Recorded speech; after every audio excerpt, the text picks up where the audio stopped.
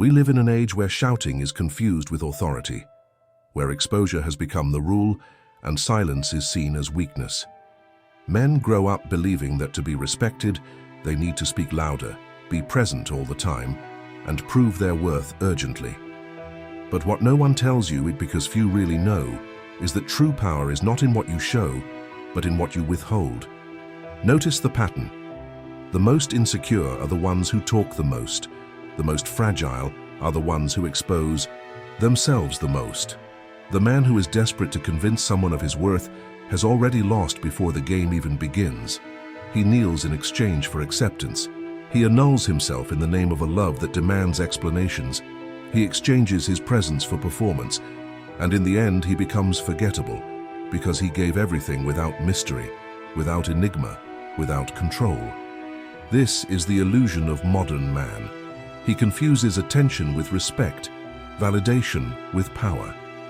But too much attention wears you down, and too much validation weakens you. What fascinates, what dominates, what commands real obedience is contrast. It is the silence that does not explain. It is the presence that does not humble itself. It is the calculated absence that provokes more than 1,000 spoken words. Machiavelli did not teach how to shout. He taught how to be feared in silence, how to move pieces that others did not even know were in the game, how to arouse desire without ever being predictable. The power he defended was cold, lucid, and implacable, not through violence but through strategic clarity.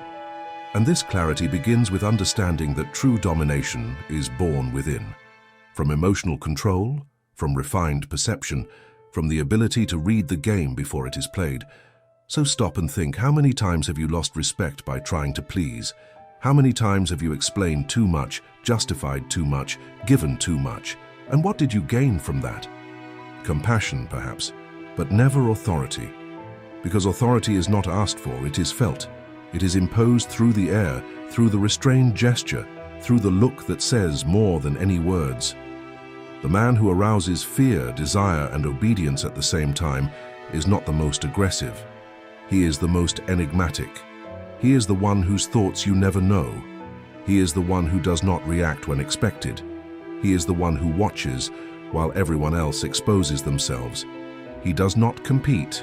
He does not beg. He does not need to win debates, because he has already conquered the most difficult thing, himself. This is the man who enters a room and changes the energy without opening his mouth, who withdraws and leaves others thinking for days, who says little, but when he does speak, each word echoes like a sentence. He understood a cruel and necessary truth. Those who need to explain themselves have already lost their throne, and those who control their own emotions control the emotions of others. The path to becoming that man begins with a choice. Stop living to please. Start living to be respected. This requires strategic silence. It requires impulse control. It requires understanding that not every confrontation deserves a response. Not every rejection requires an explanation, and not every connection is worth the price of your dignity. So, what you're going to learn here today is not just a set of tips. These are principles of emotional warfare. Cold and effective rules that shape perception, turn the narrative in your favor, and make people, even without realizing it, desire you, fear you, and follow you. Because you're going to operate on another level, the level of someone who dominates without showing it, of someone who influences without having to convince. But be careful, this is not a path for everyone. It is a path for the few who are willing to leave the role of needy and enter the role of strategist. For those who are tired of begging for love and have decided to become unforgettable. Because yes, true power does not beg, does not justify itself, does not bow. It imposes itself in silence. So stay until the end, because today you will learn the 5 Machiavellian rules that awaken exactly that: fear, desire, and obedience. A code of conduct that few know about, but that changes everything, when applied with coolness, awareness, and clarity. Now that you understand the mistake made by loud men, those who confuse exposure with authority and think that domination is about shouting, it's time to delve into the rules. These aren't rules to please, They're codes for those who want to walk with a different posture, with a different level of influence. For the man who understands that true power doesn't come from what he shows, but from what he chooses to hide. It's not about forced control. It's about shaping perceptions, directing emotions, and occupying a mental space that isn't easily erased. The first rule is, simple but deadly, never be an open book. The common man's mistake is to think that being understood is the same as being respected. But what is revealed completely loses its mystery, its fascination, its power. What is hidden intrigues. What leaves loose ends remains in the mind. When you give too much of yourself, telling everything, explaining every step, revealing every thought, you become a landscape. Predictable, weak. True mastery lies in unpredictability. The man who cannot be predicted, cannot be controlled, and that in itself already imposes fear and desire. The second rule, use fear as implied language. It's not about threatening. It's about making the other person feel that you know something they don't, that you are calm, but that this calm can be broken, and the damage will be silent and definitive. Real respect is born from the limit that doesn't need to be stated, but that everyone notices. When you stop responding to attacks with emotion and start responding with silence and distance, you impose presence, and at that moment the other person stops testing and starts to fear you, because your emotional control is a reminder that you are dangerous even if you are calm. And as Machiavelli said, it is safer to be feared than loved if you cannot be both. The third rule, make yourself desirable by absence, not by delivery. Desire is born from what is withdrawn, not from what is given without pause. The mistake of the needy man is to always be available, thinking that this creates connection. But the more present you are, the more invisible you become. Constant presence dulls desire. Well-measured absence sharpens memory. If you want to be remembered, be the one who disappears at its peak, who withdraws when the flame is still burning, who leaves questions unanswered. Desire needs air, it needs space, it needs absence, and if you know how to use your absence as a tool, you will never be ignored again. The fourth rule, command without having to order. The man who needs to impose himself by shouting has already lost the leadership in his eyes. True command is that which is felt, that which emanates from posture, from confidence, from the way you deal with others, without having to win arguments or compete for attention. You dominate when you become a reference, when without demanding, others follow you. And this is not built with words, it is built with presence, with self-control, with the solidity of someone who does not need the group, but whom the group naturally respects. Because true power is that which others choose to obey. And finally, the fifth rule, plant the seed of doubt and watch control blossom. Do you want to mark someone? It's not by talking too much. It's by activating the other person's mind with subtle ambiguities. It's by being contradictory in a calculated way. It's by creating an enigma around yourself, an unusual gesture, a strategic absence, a speech that can be interpreted in many ways. This not only keeps you present in the other person's thoughts, but also makes them revolve around your energy without realizing it. Because doubt is an obsession in disguise, and whoever occupies the other person's thoughts occupies their decisions. Whoever controls their thoughts dominates their emotions, and at this level you don't need to prove anything, you just exist, and that's enough to dominate. These are the 5 rules. They are not games, they are weapons, tools for those who are tired of being ignored, forgotten, discarded, for those who want to enter people's minds and never leave, for those who want to be remembered with desire, feared with respect, followed without asking. If you apply them coldly, with lucidity, with awareness, you will realize the world responds differently to the man who does not bow down, who does not reveal himself completely, who imposes even when he is silent.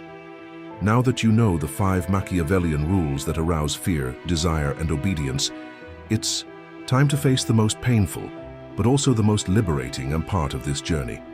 Because there's no point in mastering the rules of the game if you continue to accept being at tables where your value is questioned. Most men don't lose because they lack strategy. They lose because they insist on staying where they are not respected, and the worst part, loses because it negotiates its own value.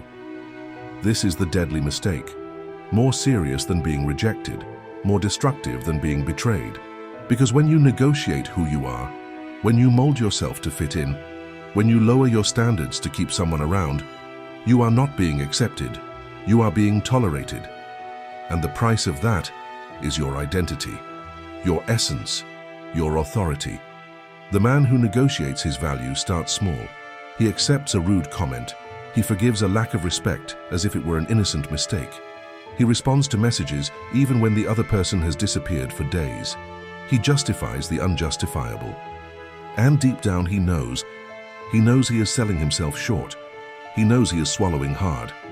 But he prefers the pain of being nullified to the pain of loneliness. This is the invisible cell where many live, the cell of lack. Decorated with crumbs of attention, with good morning without presence, with lukewarm relationships that feed the fear of being alone. It is the cell where the man convinces himself that at least she is here, even if her presence costs him his peace. And the longer he stays in that cell, the further he distances himself from who he really is. Because there is no way to be whole in a place where being whole is scary. There is no way to be respected where your strength is uncomfortable.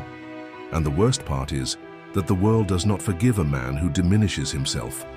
A woman who disrespects you once and you accept it, never sees you in the same way again.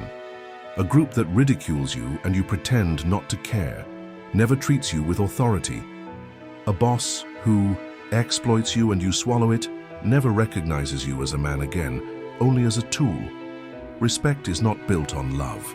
It's built on boundaries. And when you negotiate that boundary, you're not being nice, you're being disposable. Do you know why? Because the whole world tests your yardstick. And if you show that everything can be negotiated, everything will be. Your presence, your word, your body, your dignity. The man who does not set a non-negotiable price for himself is the first to be used, then ignored. Do you want to know what really attracts? It's not beauty, it's not physical strength, it's not money, it's posture. It is the look of someone who does not need but chooses. It is the silence of someone who does not explain but withdraws. It is the energy of someone who transmits, "If I am here, it is because I want to, not because I have no choice." This kind of presence disarms, it instigates, and above all, commands respect, because it shows that you can even want the other, but never at the cost of losing yourself. This is where most people fail, when it comes to saying no, when it comes to walking away when they still love you, when it comes to cutting ties with those who insist on putting you down. Because this requires coldness, courage, emotional clarity. It requires giving up immediate comfort in order to build a non-negotiable identity in the long term. And do you know what the difference is between a man who imposes himself and one who annuls himself? The first may even lose people, but he never loses respect, neither from others nor from himself. The second, even surrounded by people, carries the emptiness of someone who knows he is living with a mask, who is being accepted by an edited, weakened, distorted version. You have to choose. Do you want to be loved as a farce or respected as the truth? Do you want to maintain shallow connections for fear of loneliness, or live in peace with yourself, even if it costs you some presences? Because the truth is hard but liberating. Respect comes from clarity, not submission. And clarity begins when you say enough, when you draw the invisible line that no one can cross. When you understand that dignity cannot be explained, it must be imposed. Explaining dignity to those who cannot see it is like throwing pearls before swine. It is not arrogance, it is wisdom. You do not need to prove your worth to those who have already decided to see you as worthless. You just need to make it clear, with actions, not words, that with you it is either profound or nothing. And that's scary, because most people are used to men who bend, who beg, who accept crumbs and still say thank you. When you come across as someone who doesn't bend, you become a threat, a mirror, a reminder that there are still men who know their own worth, and because of that, they are impossible to control. This kind of man doesn't shout. He doesn't need to. His absence hurts more than the presence of many. His coldness is not a lack of feeling, it is an excess of consciousness. He knows that uncontrolled emotion is the shortest path to self-destruction. That's why he feels.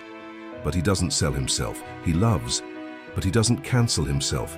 He wants, but he never begs. You can be that man, but you have to make a decision. Stop negotiating the non-negotiable.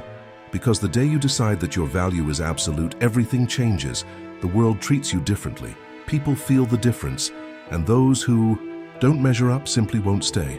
Act on this truth. Your presence is a privilege. Anyone who cannot recognize this does not deserve access.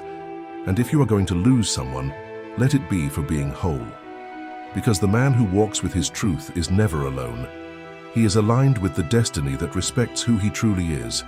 We have reached the final point, not in the sense of an end, but of consolidation. This is where everything comes together. The rules you have learned, the awareness you have developed, the attitude you have begun to build. But none of this means anything if you do not make a definitive decision. Be a man who does not bend, and be careful. Not giving in does not mean being rigid, cold, or unapproachable. It means being honest. It means being someone who, even when faced with rejection, absence, silence, or loss, does not lose himself. Because most men live trying to hold the world together while letting go of their own essence. They negotiate their values in the name of peace. They adjust their words in the name of acceptance. They mold their identity to fit into places that demand emotional submission disguised as companionship. But the man who does not bend has a truth within him that is not for sale. He may even back down. He may even give in at tactical moments, but he never loses sight of himself. Because he has understood that the greatest mistake is not losing someone, it is losing yourself in trying not to be left. That is the real prison. Living trying to be enough for someone who demands that you diminish yourself. Do you want to be unforgettable? So understand, it is not your surrender that makes you rare. It is your limit. It is not how much you love that makes your mark. It is how much you remain whole even while loving. The unforgettable man is not the most romantic, nor the most intense. He is the most truthful, and truth scares, because it does not adapt. It does not bow. It does not beg. This man's presence is different. When he enters, it's not because of the volume of his voice, it's because of the energy. When he speaks, it's not to convince, it's to make a statement. And when he leaves, he doesn't slam the door. He just walks away. But his absence resonates more than anyone else's, because he wasn't a character, he was real. And everything real is irreplaceable. This man is silent, but firm.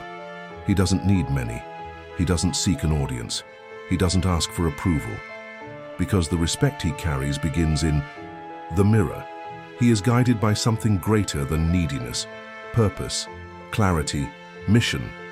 And that's why he doesn't hold on to shallow relationships. He doesn't insist on environments that drain his energy. He doesn't nurture connections that require him to pretend to be less in order to be accepted. Because he knows the only way to be truly free is to choose to be true to himself, even when that means walking alone for a while. But there is a secret here. This man is not alone. He never is. Because when you align with your truth, the world may distance you from many, but it brings you closer to those who really matter. People who recognize your density, who respect your presence, who don't demand that you transform yourself to please them. And that's when something rare is born, true admiration, because respect is born from clarity, from firmness, from a no said with conviction, from an absence chosen with dignity, from the decision to leave the stage when the play requires you, to become an extra. Most men become forgettable because they try to be everything, except themselves. They try to please everyone and lose everyone's respect. They try to be everywhere and end up with no place. But the man who is remembered, the one who leaves his mark, the one who leaves a trail, is the one who was true to himself, even when everything around him screamed for him to adapt. This is the legacy you must choose to build, a legacy of integrity, of quiet strength, of emotional mastery, Because you may lose relationships, yes, you may lose opportunities, you may even lose loves. But if you keep your essence intact, if you refuse to give in, you will gain something that is priceless: peace, authority, presence. And believe me, true leadership in relationships, in business, in life is born from this. To be someone who walks with their head held high, who knows that the value he carries does not need to be proven, just lived. The world recognizes, people feel, and the ones that are worth it connect. So if you are going to lose someone, let it be for being whole. Let it be for not submitting. Let it be for not accepting being loved halfway. Because the man who walks with his truth is never alone. He is aligned with the destiny that respects who he really is. And if this message touched you, share it with those who need to hear it. Not to motivate, but to awaken. To free a generation of men who are suffocating trying to please when they were made to lead.